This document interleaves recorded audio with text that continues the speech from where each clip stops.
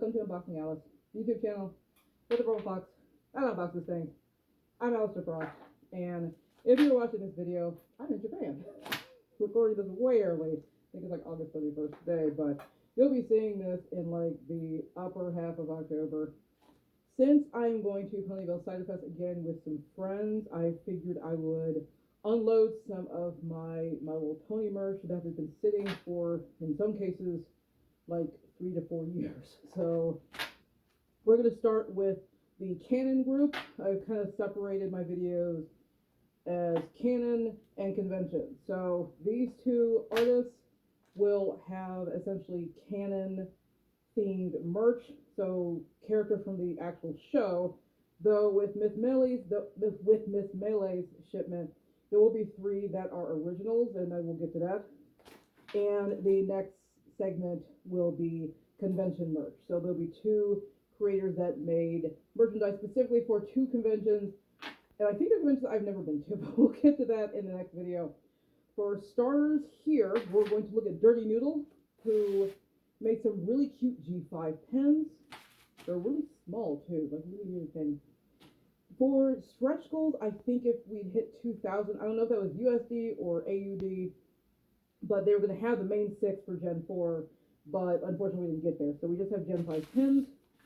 I did pull a few of these out already. I think I backed like a choose 10 pens of your choice here, which there are 6 characters. It doesn't really make any sense. But I'm not sure what happened. It's been, I think it was like 2022 when this one was delivered, and everything was delivered fine. There were no issues with the creator, no issues with the pins or any of the merch. But I think, I'm actually not sure what happened. Before I started recording this, I went on there and kind of looked at my old like tier, which was the choose 10 characters or 10 pins, and I didn't have any add-ons, but I have 2 sets of the G5 pins. I'm not really sure what happened. Maybe she just sent them. I don't know. It was too long ago. But I do have all 6 of the characters, and as I just said, I have 2 sets of all 6 characters. One of the sets I just went ahead and pulled, so I don't keep pulling the same characters. So I will only pull out 6 here, but there are 12 total. I'll just dump these out. Dang it. Okay, there we go. I don't think there was anything in this. Let's find out.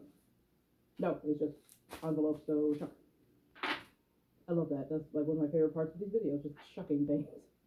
So we'll start. Okay, they're all like face down. That's it. Actually, this one face up. So we'll start with this one. We have, oh, and before we start, Sprout is going to be one of these, and Misty Bright Dawn is not. This was again in 2022.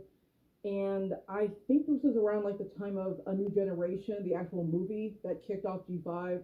In that movie, Misty doesn't exist. So yeah, unfortunately, I would love to have her as part of this group, but she literally didn't exist when these spins were made. We're going to start with Pip Pedal. She very much did exist. She was my least favorite character in that movie because she was very much, but first let me take a selfie. She was that type of character. She's one of the very few in the show that actually grew to me, and I actually ended up liking her. She's my second favorite character under Misty, who is not here. But here is Pip Pedals, our Princess Pop Star from, almost a Camp Rock. Oh my god. What do you call it? Something Heights. I almost said Wuthering Heights. That is a book. Dang it. Zephyr Heights. There we go. I did it. We've got a lovely Pip. Somebody else's face up now. Oh, Pip, her sister. I think they were like announced as twins before A New Generation started, but I'm pretty sure they're not twins. I think Zip is older. We have Zip or Zephyrina Storm. I guess my third favorite, like, she didn't really change too much from the movie. So I guess I'm okay with that. She was my favorite in the movie, but she didn't really change too much. She did get like weirdly laser focused on detective stuff, and that was like her only character trait for a while. And I was like, this character wasn't broken. Why did you break her? Like, to give her this one character trait, which makes her boring. But Zip was okay. She's fine. After Zip, we have Hitch, who is now my least favorite character. In A New Gen, he was my second favorite. And they just changed so much about him in the actual show. It's really disappointing. and he also got stuck with Sparkaroni, the stupid dragon. But here is Hitch. I think the first like male main pony in the My Little Pony franchise or something like that. Not like the only male. There's plenty of males in G4, but like the first of the main 6 who is male. I'll say Sprite right now. We have Sunny Star Scout, the main character. She's kind of the equivalent, or okay, she's supposed to be the equivalent of Twilight Sparkle in G5, and in a new generation she was. And then she became a background pony and didn't really do anything in this show. So disappointing considering this is supposed to be kind of her focus. But yeah, the pin's still cute.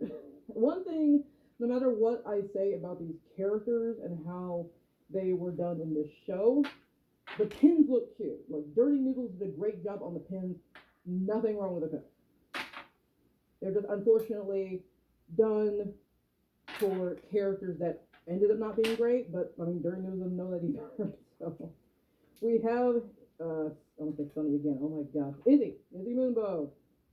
Our little unicorn. She's got the little like tennis ball from the movie. A really cute moment. Izzy just kind of became dumb. She was clearly a Pinkie Pie clone almost. Well, not quite. She had that bubbly, energetic personality, but she was also somewhat grounded in the movie. But she's kind of became like flat out dumb and inconsiderate in this show, especially in Tell Your Tale. But she's a very cute pin here. I do love her color schemes as well. I know she's a favorite for many people, especially in the movie, but I don't like the way she turned out. And then finally, Sprout, not Scout. He was the antagonist in the movie, and then he didn't really do much of anything in the show. For a long time, especially in Tell Your Tale, we didn't even see him. We kind of wondered where he went, at least I did. His mom showed up in Tell Your Tale, but he did not. I think he first showed up in Make Your Mark, I don't remember which chapter, and he was like a janitor or something in the background, and I don't think he even said speaking lines that episode. But Sprout was a fun villain. Because he's very mama's boy.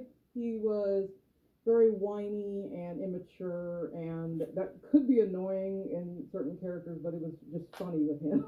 It worked well. Honestly, he was a far better villain than the main villain in the show. But that was it. There's only 6 pins. It's the main 5 and then Sprout, because he doesn't count as part of like the main 6 that they have now. Misty is part of that. But yeah, that is DirtyNoodles, who did a fantastic job with those pins. And we're going to move on to someone I am sure you'll remember, Miss Mele. I've unboxed, I believe, 2 of her campaigns so far. The Guardian pins and the Ponytail Pride. But these are keychains. They aren't pins. And so they have a lower price point than the pins she usually sells. I think the Guardian pins were like 25 to 35 depending on what size. So like the ones with the heads were 25, and like the Thorax and Nightmare Moon and Disc, all the bigger ones were like 35.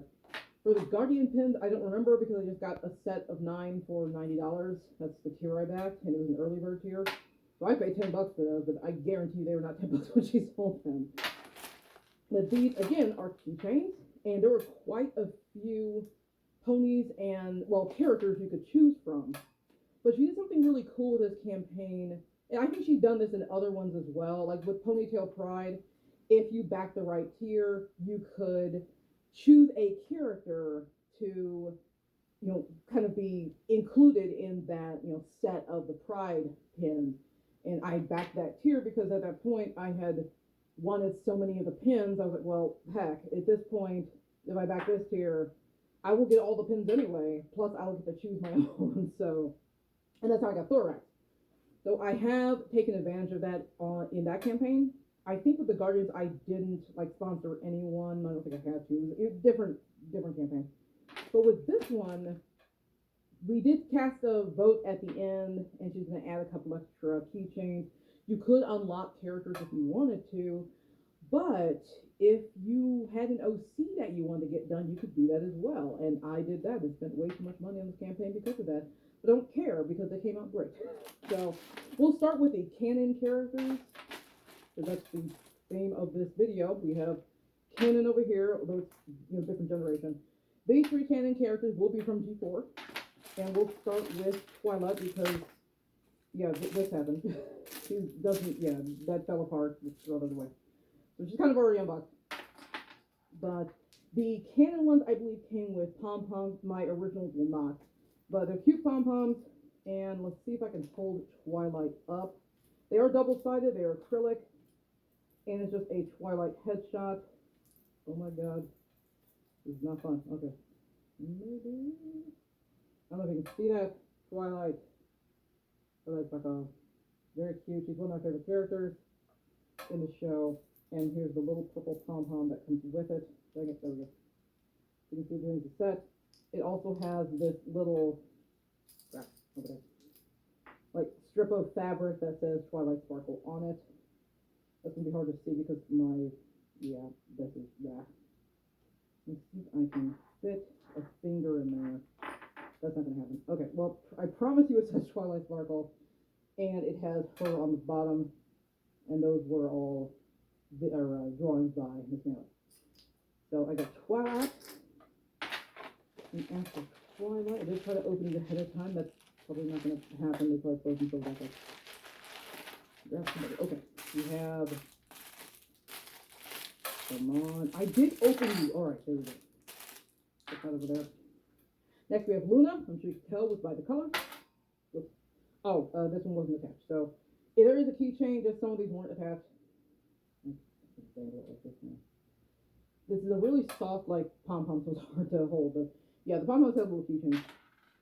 I'm not going to attach that because that's a pain in the butt. But I will show you Luna. It was weird that Luna was like part of the campaign, but like I think Celestia was part of like that vote for your two favorites. Like essentially we did like a bracket. I forgot what ended up winning, but Celestia was like part of that bracket. Luna was just part of the campaign, so we got her. So she is so cute. It's the same on both sides. For all of these, like I said, they're double-sided and they are the same, except for one, and it's an original, so we'll get to that. And of course, it says, oh, shoot, let's just flip it this way. Nope, there we go. I think, yeah, okay. So hopefully you can read that. It says Princess Luna. And if you flip it this way, it has her headshot on the bottom. Very cute. Let's put a pom-pom over there. And finally for the Canon. This is kind of a surprise. I just like the way she looks, because normally Applejack is my favorite. So I grabbed her. I guess I didn't like maybe her expression or something in like where they have the head / bust shot. So I got Starlight instead. Okay. Ah. Okay. Oh, come on. So close. There we go. Over there. Good. So again, little pom-pom to match Starlight. I'll put that on there later. And then, nope. Yep, maybe, okay.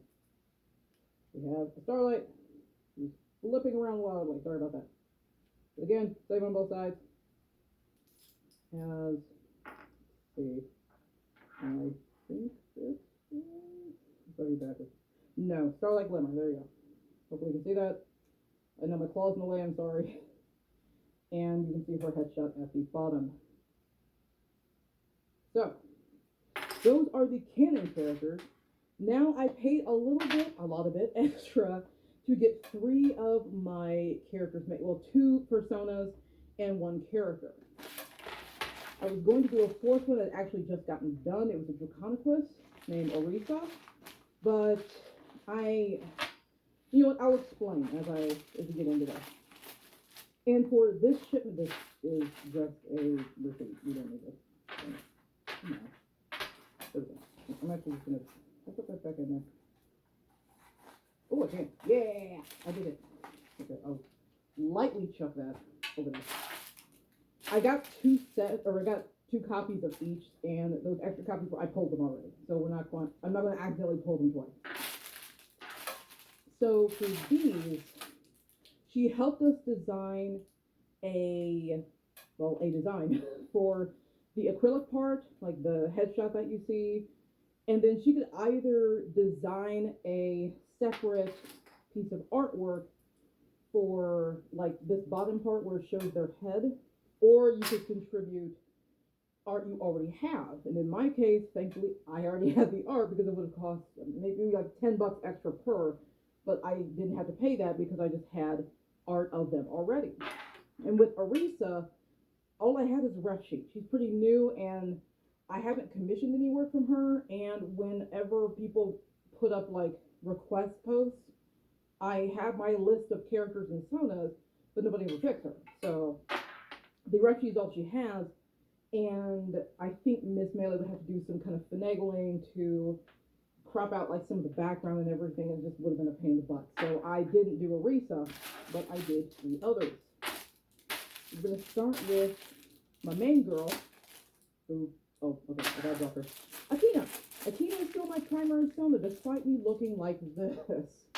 Alyss is a very important sona, but she isn't my primary. Akina was my first sona when I joined the fandom. And I found out personas were a thing. I was like, oh crap, I need a persona. Where do I get a sona? And I believe I told the story already, but in graduate school, I had taught myself how to crochet just to kind of keep myself sane. It's, graduate school, it's a hell of a drug, kids. I got out of it. I got my master's degree. It's a heck of a drug. And just to kind of, calm me down and, relieve some stress, I learned how to crochet. And the first thing I crocheted was a pony. Because I was a huge fan of My Little Pony. I absolutely still am. I still consider myself a brony or Pegasus or whatever. And when I found out about the whole persona thing, I was like, you over there, points to my crocheted plush. You are my sona now. I think her name was Eco at the time, but I switched it to Akina, which Akin means brave one or warrior in my father's native language, and I just feminized it because my cousin was so. Akina is still my primary. She's basically me if I could live in the land of My Little Pony and do kind of what I like to do, which is go explore the forest and be like an herbalist and mix of remedies, kind of like Zecora, if you've seen the My Little Pony show. And I've shown you Zecora before because I had merch of her. But, Akina lives in the Evergreen Forest and loves flying around and knocking things and not getting out of her bag, apparently. There we go. So absolutely, I was going to get Akina. When I opened my mouth at that point, it got really wide and it scared the crap out of me. So this is, these don't have pom-poms. These didn't come with pom-poms. So here is Akina. I absolutely love how all of these came out. I'm just going to say that now. Though it's Miss Mele, I am not at all surprised. I backed her at least 3 times. And even in, like, at conventions, I think at Ponyville Cider Fest, she was a guest or like an attendee. She didn't have a booth. But in especially online conventions during COVID, I bought quite a bit from her. I've bought things from her before. Absolutely love her style, and I've never had issues. So I love the way Akina came out. She's just so adorable. It's the same way, it's the same on both sides as I told you before.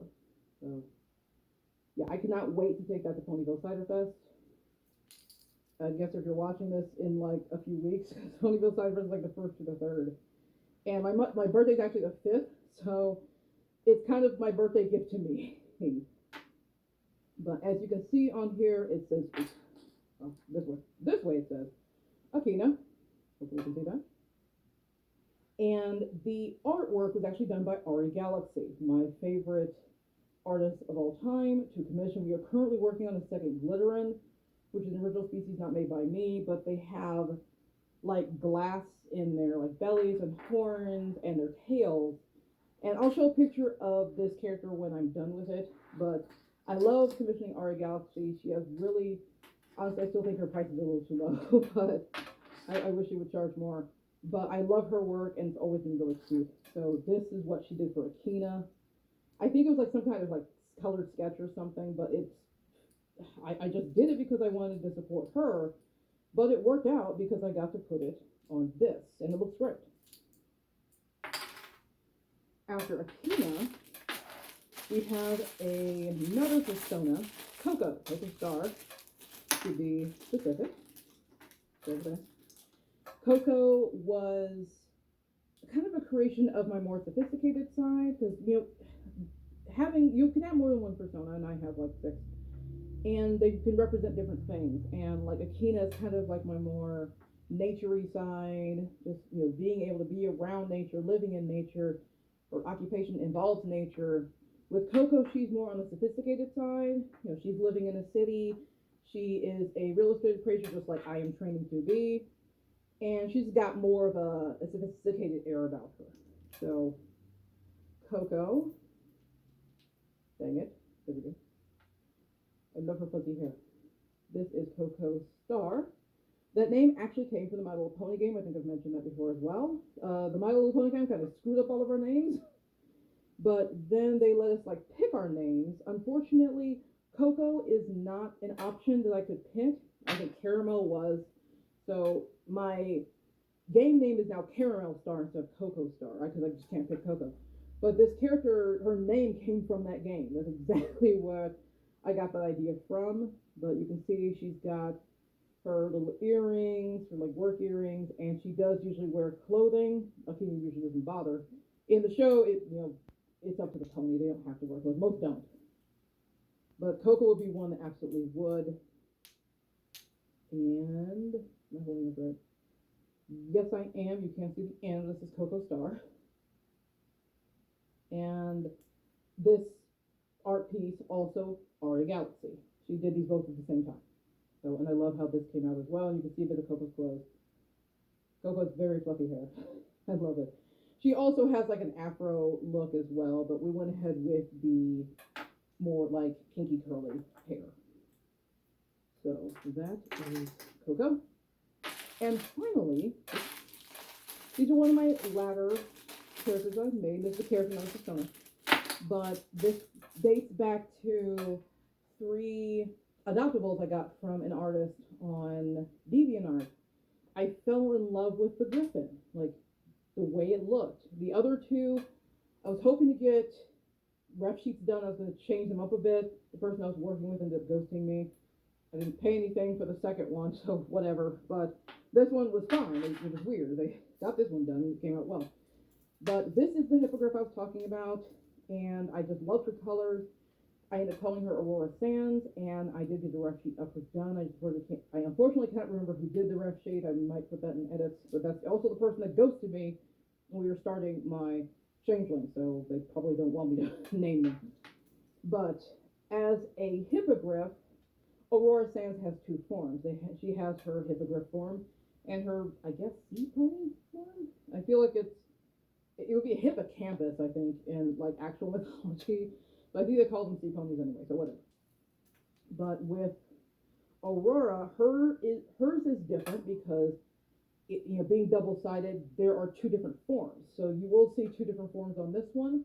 This is her hippogriff side with her very curly feathers. I love those feathers so much. I absolutely want to get a fursuit and a plushie made of her, or rather, I will make those because I'm hoping to do all this myself. Those feathers aren't going to be fun, but I want to take on that challenge because she has the cutest hair. And then this is her sea pony form. And you can see she's got more like tentacle, like jellyfish tentacle, like hair, if you will, instead of the feathers, because she's aquatic now. And she also has a little lure, which is really cute. And my current character I'm working on also has a lure. But that is Aurora, the acrylic form. And, well, this is all. There we go. No? Yes? Okay. Let's see. That's upside down. I think. Perhaps. No. There we go. So Aurora Sands. See that there? And actually, this is different on both sides too. So for the like I guess flush shot, these were taken directly from the ref sheet, and the artist ended up sending me like individual copies of every single pose. So all the headshots, all the expressions, all the full body shots. And these are the full body shots that I was sent. So on this side, you can see it's her hippogriff form. And on the other side, it is her sea pony form, or hippocampus, whatever. I can't remember if this cost me a bit extra or not. It might have because the two sides are different, but it was what it was, probably extra $5 or $10. I didn't care because it was worth the price. Because this character has two forms, I want to show both those forms. So Miss Mele probably could have had her own video. Sorry, Miss Mele. So that is it for Miss Mele's Keychains of Friendship. I'm very happy with, as I said, I was gushing about her. I love all of her work. Both these creators did a great job. I would highly recommend them. I don't know if DirtyNoodles has done anything else since. I'd have to look on Kickstarter to see. But this is the latest from Miss Mele. This is much new. Like, DirtyNoodles was from 2022, and Miss Mele, I think it was earlier this year or late last year. So, pretty recent. But that's it. Please let me know what you guys think about both the pins and the keychains. I believe the keychains were like $5 to $8, and I got an early bird tier, so I was able to pay $5 for like the Canon ones. The OCs were like 50 because yes, she has to do all the. At the very least, she will have to make artwork of them for the acrylic part. But like I said, when it comes to putting the character on that little like lanyard, if you have your own art, she just added that. But yeah, they both did great, and I would definitely back DirtyNoodle again if they had another campaign of characters I liked, especially ponies. I don't see a lot of MLP campaigns anymore, and I will forever back Miss Mele. So let me know what your favorites were. Oh, I'm tired. You guys know the drill. If you like what I do, like, subscribe, hit the bell for notifications. Again, I am recording this in like August 31st. So I don't know what the future holds, but I'm assuming again, if you are seeing this, I'm in Japan right now.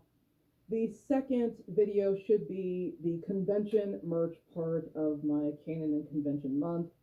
As of right now, one of the merch, well, there's 3 things I'm getting from that creator. It has not shown up yet, but the convention has already happened. So, and it was merch for a convention. So I'm guessing those will show up soon, and when that happens, I will be able to film it with a separate creator whose convention merch I think I got 4 years ago. I'm not even joking. I just never ended up pairing it with anything. Nothing happened with the creator, everything was fine. But if all goes well, that next video will have merch from, I know Everfree Northwest, because that's where the plushies are coming from, and then Proxy Server merch, though I cannot remember off the top of my head which convention she's from. They were both ones I applied, or I attended like online during COVID. Never attended either in person. Everfree Northwest is like in Washington or something, and I'm in central Illinois, so yeah, probably not gonna happen, at least not anytime soon. But yeah, again, I hope you guys enjoyed this video. I'm going to go take a shower because I'm very sweaty and gross, and I also need to record a few other things. Like, it's past September if you're watching this, but yeah, this is the weekend where I plan to shoot this video and my gameplay videos for Thriving City Song, as well as the Wandering Village. And it's a lot of editing. I mentioned that before. So yeah, let's get this and start editing. Oh god. Ow, my nose. I think my nose is broken. That's okay. I'll talk to you guys next time. Bye-bye.